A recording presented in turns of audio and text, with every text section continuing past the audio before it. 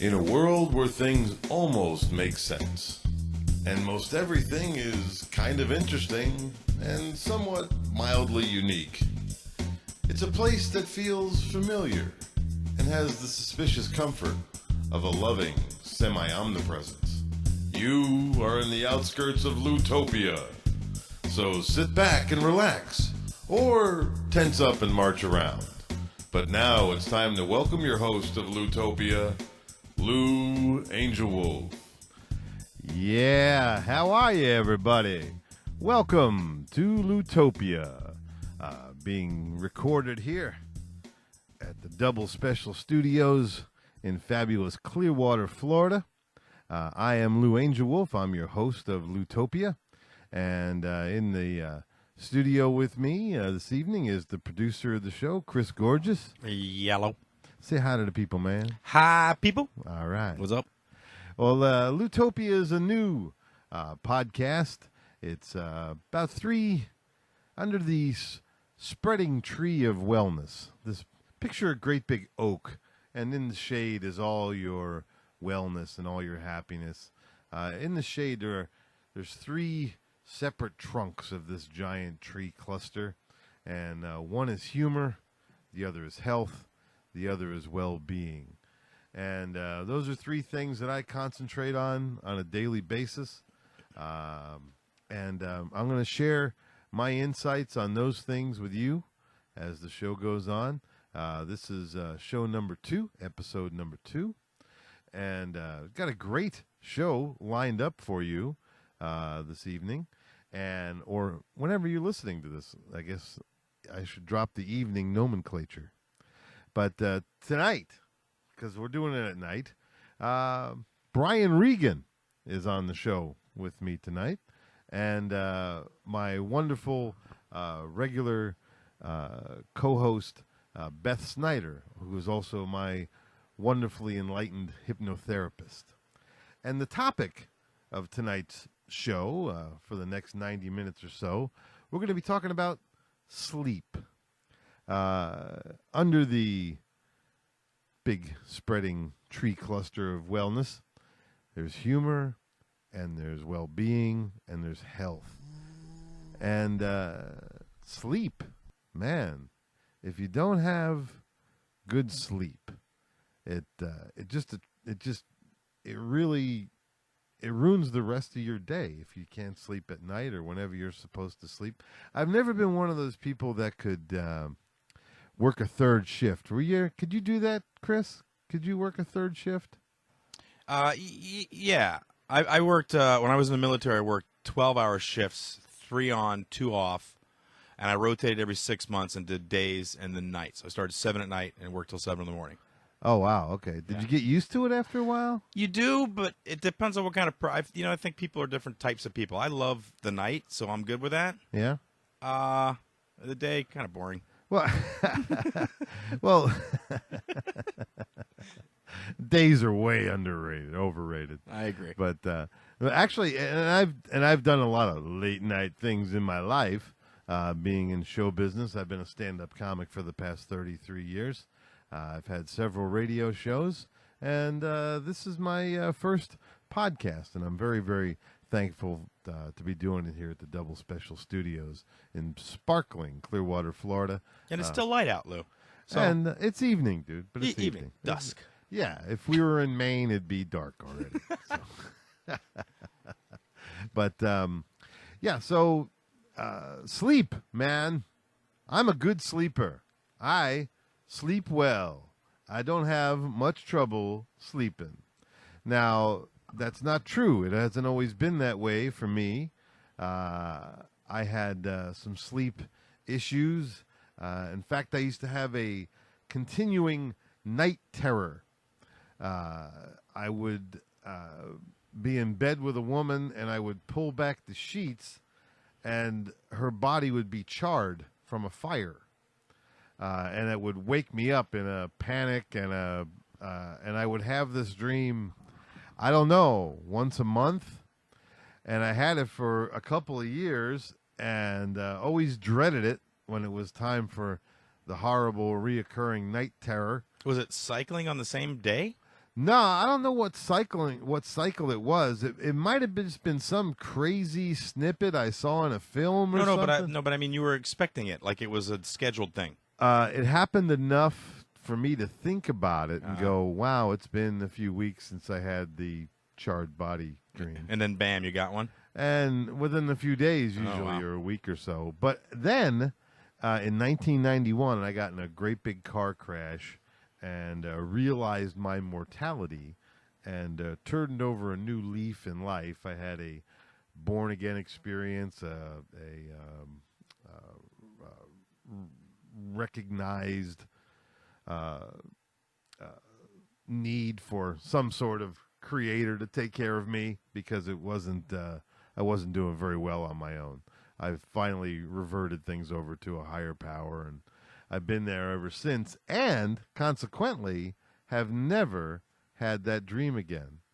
The last one was February of 1991, so I haven't had and I haven't had any nightmares at all for many, many years, and but actually had one the other night. Kind of a scary dream. I dreamed I got arrested, and I was taken into custody, and they told me I was going to be executed. And I said, why?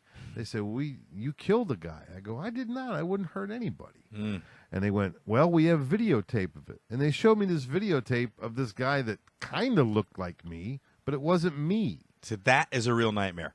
Yeah. And the charred body, that's Freddy. That's a movie thing. Right. What you're talking about, though, that happens for real. That's a real nightmare. Yeah. Ooh, well, geez. you know, if you're living in your other time bubble, this could be going on in my other life. Yeah. And I questioned the authorities there, and they said, well, I said, that's not me. It says, it doesn't matter. You need to go anyway, but this is the evidence that we have. And, ladies and gentlemen, on the Loutopia show, our sleep special, I have invited a dear friend, an old buddy of mine, one of my great comedy buddies, and he also, not only is he a great stand-up comic, you'll know who he is when I mention his name, but also a champion sleeper, a guy that really can saw some wood. Ladies and gentlemen, welcome to Loutopia, Brian Regan. Hey. Hi, Brian. Hey, Lou, how are you? I'm good, buddy. Where are you? I just woke up from a nap. Yeah, man. We were just talking. I was just getting into the topic of sleep, and you and I have known each other a lot of years. We met like in '83 or '84, back in the last century. It's always fun to say the last century. Remember Yeah. back in the last century? I remember when the century first turned. You'd see people you hadn't seen in a while, and now when you see them again, you're like, dude, I haven't seen you since, like, 2. You know? Since way back when. Yeah, man, it was great, to meet you back in the day when we were both, starting out in our comedy thing. And, yeah, you know me as a big sleeper even going back then, and I still love to sleep like that to this day. Beautiful. Yeah, we played a little club together called Kisses Comedy Club in Clearwater Mall, Countryside Mall in Clearwater. And Brian was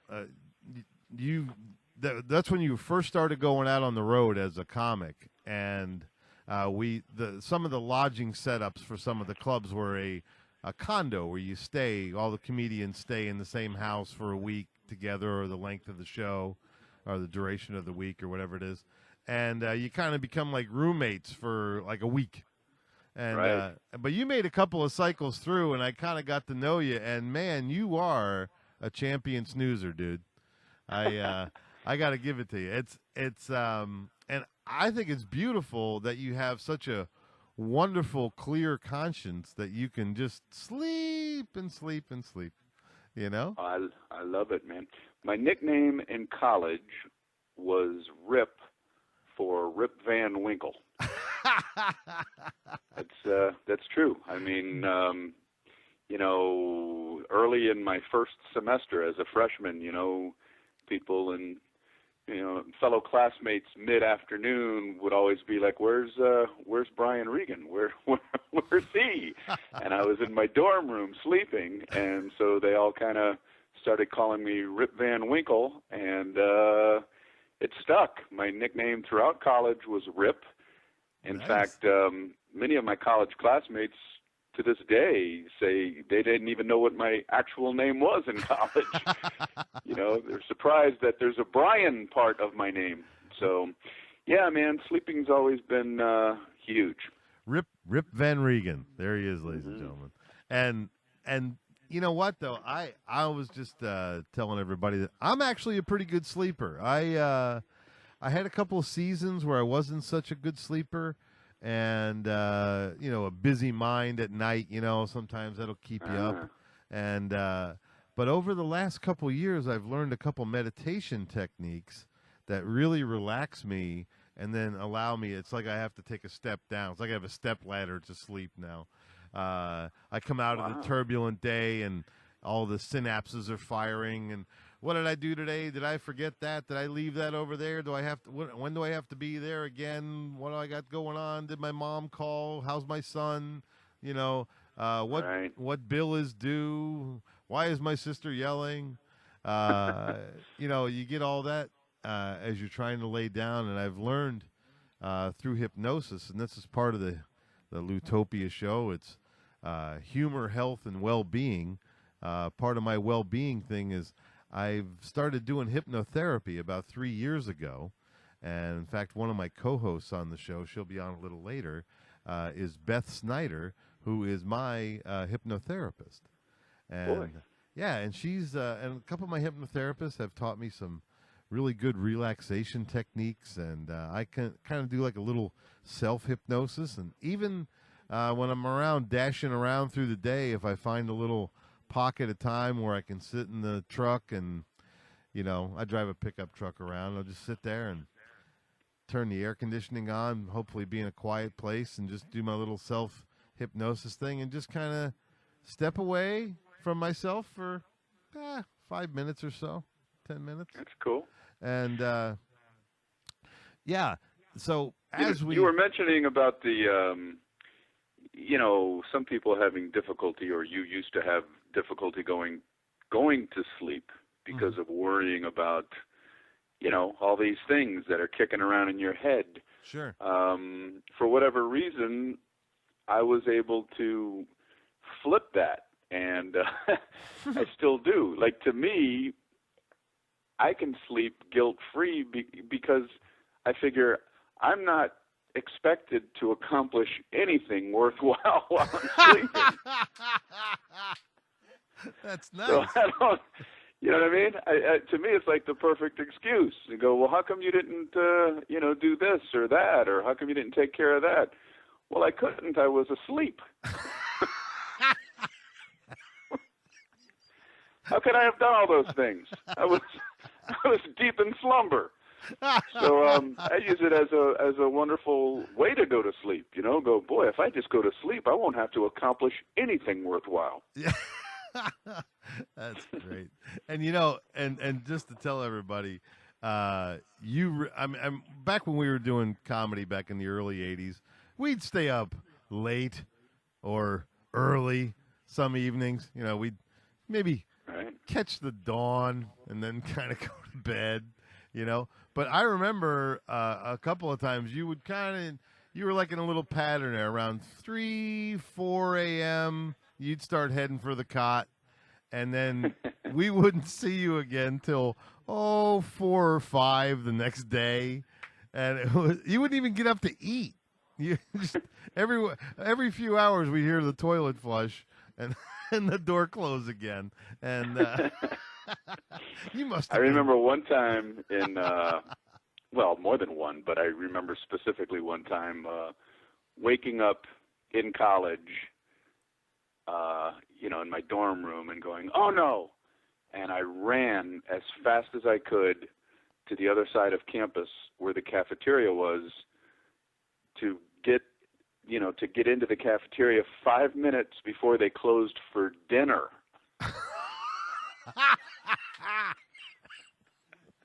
Oh, that's funny. Because you don't have any money in your pocket, and you're like, if I don't eat now, then what am I going to do? Wait till the next day, So it's like, I remember being frantic as I'm running through campus, and in your everybody saw pajamas. this. In your pajamas. Yeah, in my pajamas.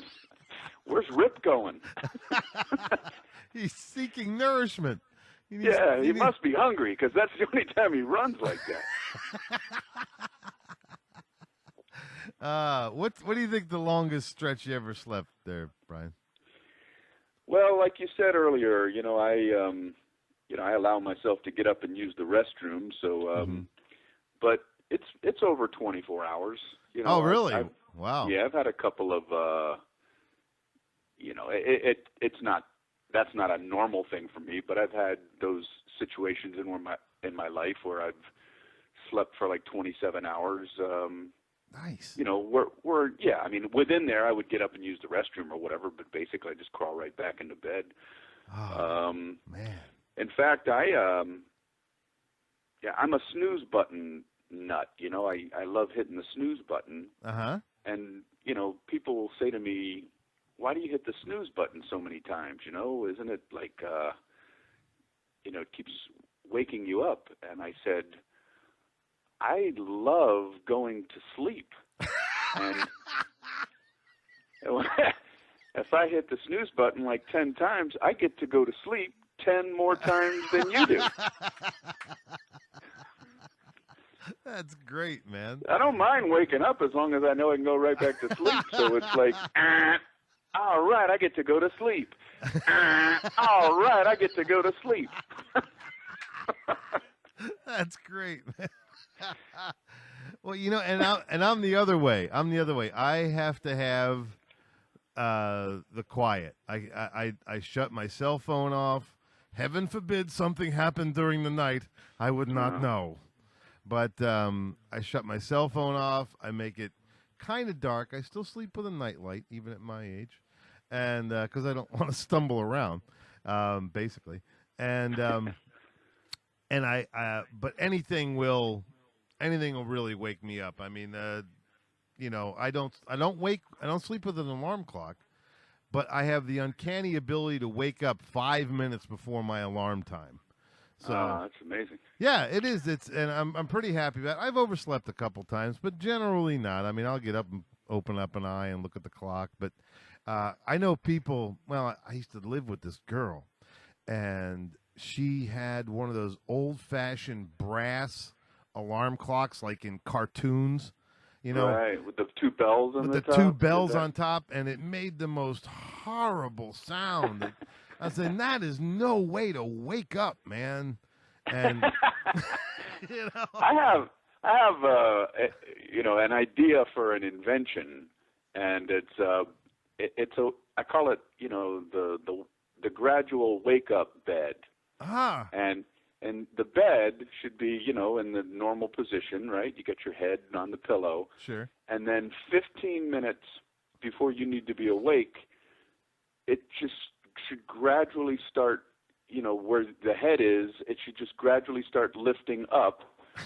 And for when it first starts going, you're like, well, I can still sleep. It's only 1 degree above normal. You know what I mean? And then it just keeps moving up, and then in 15 minutes, it's completely vertical. And then you're forced to just be part of the day. You just have to step forward at that point. It's Brian Regan's gradual wake-up bed.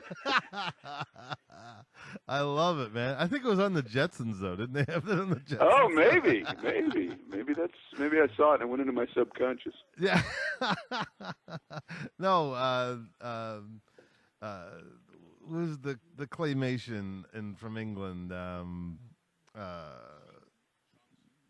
Shaun the Sheep. What's that? Wallace and Gromit. He's got this big wake-up contraction where it shoots him, it dumps him out of bed, and there's like pants waiting for him at the bottom of the chute, and as he's sliding down the hole, the pants go on. He raises his arms, the shirt goes on, and he lands at the breakfast table, which is pretty nice. Man. Yeah, but that's a great idea. It always has to be gradual for me. Like if I if I know I have a flight or something, and let's say I got to get up at 6 a.m. I know 6 a.m. I can't wake up any later than that. I will set my alarm for 4 a.m. and then I'll just snooze my way from 4 to 6. Nice. I mean, every 9 minutes. I don't know why they came up with 9 minutes, but that's what my iPhone snooze thing is, 9 minutes long. I don't know what meeting. There had to be a meeting where I'm sure somebody proposed 10 minutes, and somehow that got shot down. You know, somebody said, "Why don't we have the snooze button last 10 minutes?" And somebody went, "Oh, come on, Charlie. Charlie, why are you so stupid? 10 minutes. Let's make it 9 minutes." And then everybody agreed on 9 minutes for some odd reason. That way, you won't be 10 minutes late. Maybe that was it. That was the thinking behind it. Mm-hmm. You know what that's called, actually. At least in Alabama, I was exposed to this last year. That's called journey proud. When you are taught, when you know you have to get up to go travel, they call that journey proud. I could hardly sleep. I was journey proud for several hours. I was all journey proud. So I've never heard that. Yeah, so that means like you're excited about your trip, and so you're gonna wake up. Basically, I'm leaving Alabama and looking forward to it. That's crazy. Wow. Okay. And well, I'm journey proud a lot. Yes, you have traveled a lot, my friend. You sure have. Yeah. And can you sleep anywhere? Can you sleep in an airplane seat? Can you sleep in the airplane chairs at the gate? Yeah. Yes, it's not my it's not my favorite place to sleep, but I can sleep on an airplane. And it's weird. The red eyes. I live on the West Coast, so I fly to the East Coast on red eyes a lot. Yeah. It's not as easy for me to sleep on those because my hours are kind of, I've got a comedian's hours. Right. But when I fly back from the East Coast, I tend to want to be on the first flight, especially if I'm getting my kids that day when I land. Right. So I'll be like on a 6 a.m. flight, and now that one. I'll be asleep before the plane takes off. Uh-huh.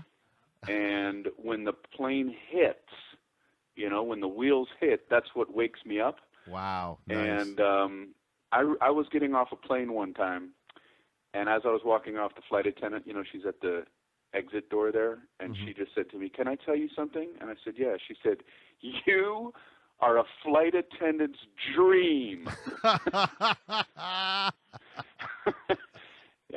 You didn't need anything for 6 hours. And you left, and that's my gift to you. And you flipped me a 10. You're beautiful. Yeah, it was cool. Yeah, well, and I'm pretty good with that too. I mean, the only thing that my little query is, we travel a lot by car as comedians. There's only certain guys I can sleep with while they drive. And I mean, it's like I'll check you out really well, like if you're driving. But that's why I drive a lot, because I'm tempered by fire. I'm an incredibly good, stable, non-risk-taking driver that will still get you there in reasonable time. And I don't mosey quite yet, but I don't take any chances. But I watch somebody during the day, and I go, "Oh, am I going to be traveling with this guy at night?" I go, "Well, I'll probably take the night shift because I can't stand the way he drives during the day, and he's just going to scare the shit out of me at night." Guys that wait too long to brake, they're coming up on the car, and you're reaching for the brake on your side of the car where there is no brake. And I'm the same way, man. Risk things in other ways. You know what I mean? Yeah, exactly.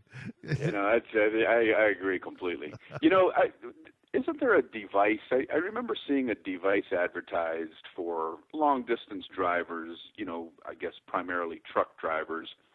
And it's a contraption that they can put on their head to prevent, to wake them up if they nod off. Oh, you know what I mean? Yeah. Where, like, if they start to nod over, this thing will, like, wake them up. And I don't know how to feel about that. I guess every safety device is helpful, but if you're even close to the point where you think you want to wear your wake me up from a nod-off device. Shouldn't you just be pulling over to begin with? You know? You don't want to be sitting next to somebody that's putting that thing on their head going, what are you doing? No need to worry. This will prevent me from nodding off while I'm going 70 miles an hour. With 60 tons of cargo behind me. Yeah, man. It's a safety device, man. You relax there in the passenger seat. Yeah. It's called the Naginata. Anytime my noggin drops, it just sends an electrical shock into my earlobe. Oh man, crazy. Yeah, but I know what you mean, and I have, I have. You ever fallen asleep at the wheel? Have you ever done it? It's one of those things where, I've driven so many times over the years where I've had a situation here or there where for like a second, maybe not even 2 seconds, but for like a second, you nod off, and it scares me so much that, like, I will pull over. I remember and I will just sleep anywhere, sleep in a gas station, in the car. That has happened to me many times. I remember one time out on the road years ago, I had that little Datsun 510 that you fixed for me one time. Yeah, sure, I remember it. And it had a little lever on the, when you parked, there was a little lever where the seat would just go all the way back and touch the back seat. So I could just sleep in the driver's seat, not while I was driving, of course. But I remember one time pulling into some gas station that, nobody was there late at night, 1 o'clock in the morning. I just pulled over. I pulled the lever on the seat, went back, went to sleep. The next day I woke up like at 2 in the afternoon in a gas station parking lot, a small gas station with workers all around, people all around. I just woke up, looked around, and I just pulled the lever on the seat, popped back up, and just drove away. And everybody in the middle, what was that all about? Who was that guy? It must have looked really funny. Yeah. Because I'm sure they noticed you throughout the day, especially a small gas station. They go, what's that Datsun doing out there? Yeah. Well, I mean, they must have, there's a guy sleeping you would in think there. somebody would have called the police or an ambulance, go, is he dead? But nobody bothered. It was, there's some kind of human in there. Oh, that's Rip Van Regan. He's known these parts. He's legendary. We got his picture up. I was coming through Kentucky, and as you come out of the Lexington area, heading towards London and the Tennessee state line, that area, there's really decelerating down some pretty big inclines there. And it was winter, and my road cars were always fine machines. I had a great Chevy Impala. It had brand new tires, and it really rode and drove quite well. And I'm zooming down the road 70 miles an hour, and then I got into this decline area, and it was winter. It was very, very cold. It was like 7 or 8 degrees out, and I was tired, and I said, "That's it." I said, "I'm gonna get a hotel at the bottom of the hill here when I'm done with all this, because this is too many bends, too many turns." And and I settled around in the car, and just then I dozed off for, I don't know, 2-3 seconds. I don't know. Could have been a minute. I don't think it was that long, but probably just a little bit. My head dropped, and I woke up, and just at that very same moment, I hit a patch of black ice that put me into this sideways skid. And there's a guardrail on one side and a big drop off and a ravine on the other side, and then a giant, granite wall to your right. And I'm spinning, and I wind up backwards with my headlights facing oncoming traffic. And needless to say, I was wide awake at that point. And luckily there was only one car coming, and he saw me and gave me plenty of room it was 2 or 3 o'clock in the morning. Jeez. And and really that was, I think, in 1995, I believe. And I have never pushed myself that far again. When I get that first little super yawn. You know, I got that you get the two little ones and the one super yawn. Once the super yawn comes, I'm looking to get horizontal somewhere. But that was pretty scary. Man. Yeah, that was a scary one. And, well, I'm glad I'm hearing you tell that story than something more horrible happening. But those are scary moments, man. And that's one of the things that I've been reading about sleep all last couple days, preparing for this show and everything. And man, there is so many health benefits to good sleep. It keeps your skin nicer. It makes your organs last longer. It totally keeps your mind much more alert. A lot of people, I got friends that, they're really into the world, man. They're like overscheduled. They're sleeping from midnight to maybe 5 a.m. They're getting 4.5, 5 hours sleep every night for weeks and weeks and weeks on end. And it's clinically proven that we need between 7 and 9 hours sleep a night. So, they're deficient 2 to 4 hours every night. Yeah.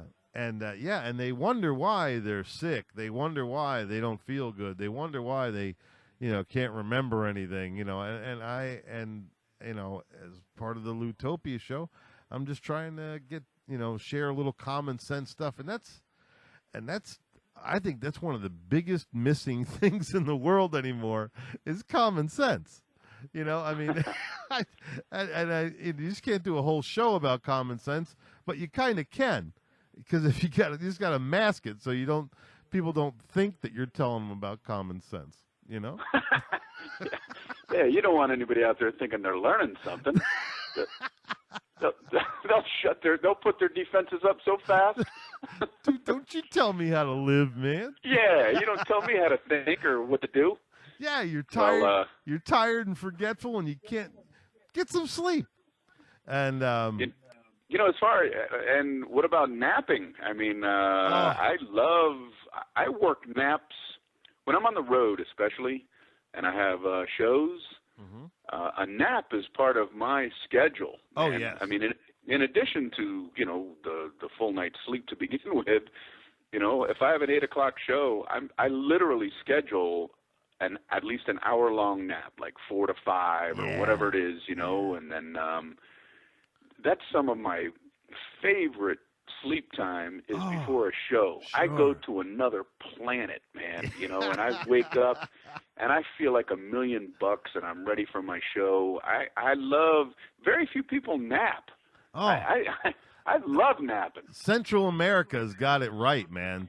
Yes. Yeah. What do they call it? The siesta? The siesta. The afternoon deal where they take a break, man. Sure. I really think we could use that in our culture. We really, for as hard as we work, we do deserve that, 2 to 4, 2 in the afternoon, 4 in the afternoon, sleep for an hour or so, and then finish up your day in the cool of the evening. Why are we grunting it out in the worst heat of the day and all that? I just, I am a huge proponent of napping. Love it a lot. Love the schedule. I love my life when it's scheduled that I can squeeze in a nap. You know what I mean? I do stay pretty busy. I got this and stand up, and I'm selling a couple of products. I sell this Fuel Genie hydrogen injection system, and I buy and sell used cars, and I got stuff on eBay, and I'm just your hot sauce too. Lou Angel Wolf's Howlin' Good hot sauce. Yeah. So I said, I don't have enough to do. I'll do a podcast too. But actually, where I've been trying to get around to is Charles Bukowski, who's one of my favorite writers. Actually, I've read a couple books about him.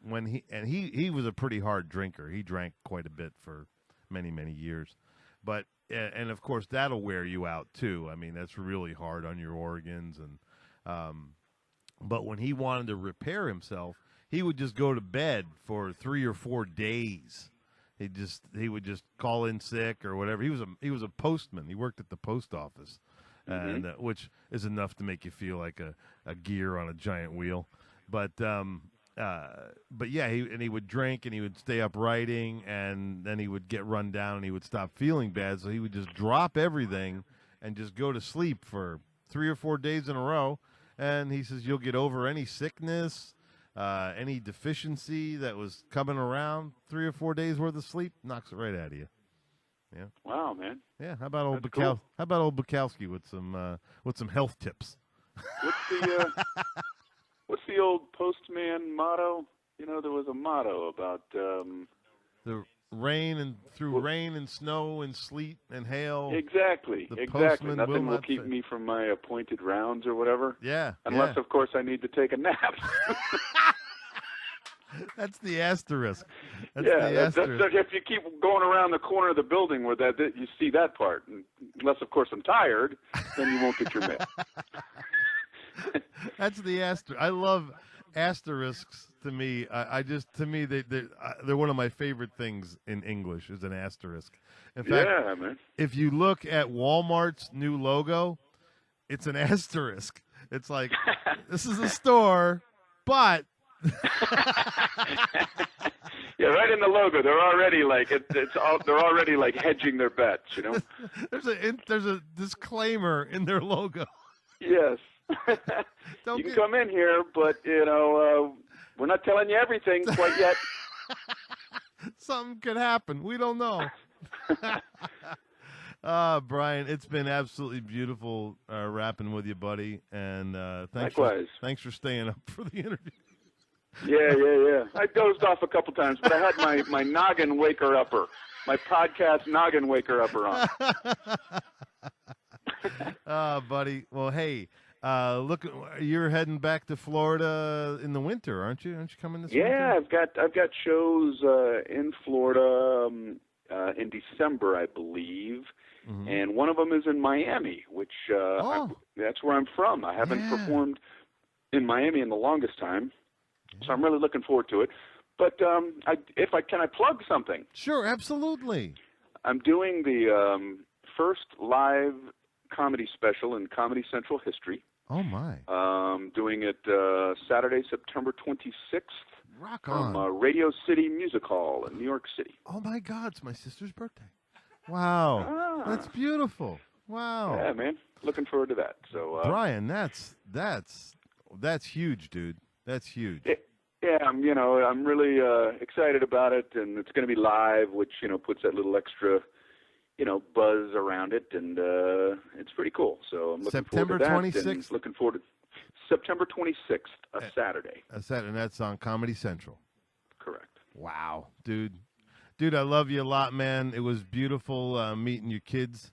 And when you were traveling with them last time through, it was so nice to meet them. And when you're coming through Tampa Bay area, you doing the Straz or Ruth Eckerd or anything? I'm not sure. I don't have the calendar in front of me, so I don't know which cities in Florida I'm doing at the time. But obviously, whenever I come through town, I'll let you know. Please do, buddy. And hey, thanks so much for doing the Loutopia show. And of course. I love you, pal. And be careful. Hugs and love to everybody in your family, okay? All right, man. I'm going to go wake my kids up. And do it all gently. Right. Love you too, buddy. And thanks for the podcast, man. I enjoyed it. Yeah, man. Thank you. All right. Bye. All right. Well, everybody, that was Brian Regan, one of the funniest stand-up comics on the planet, and an old buddy of mine and absolute champion sleeper.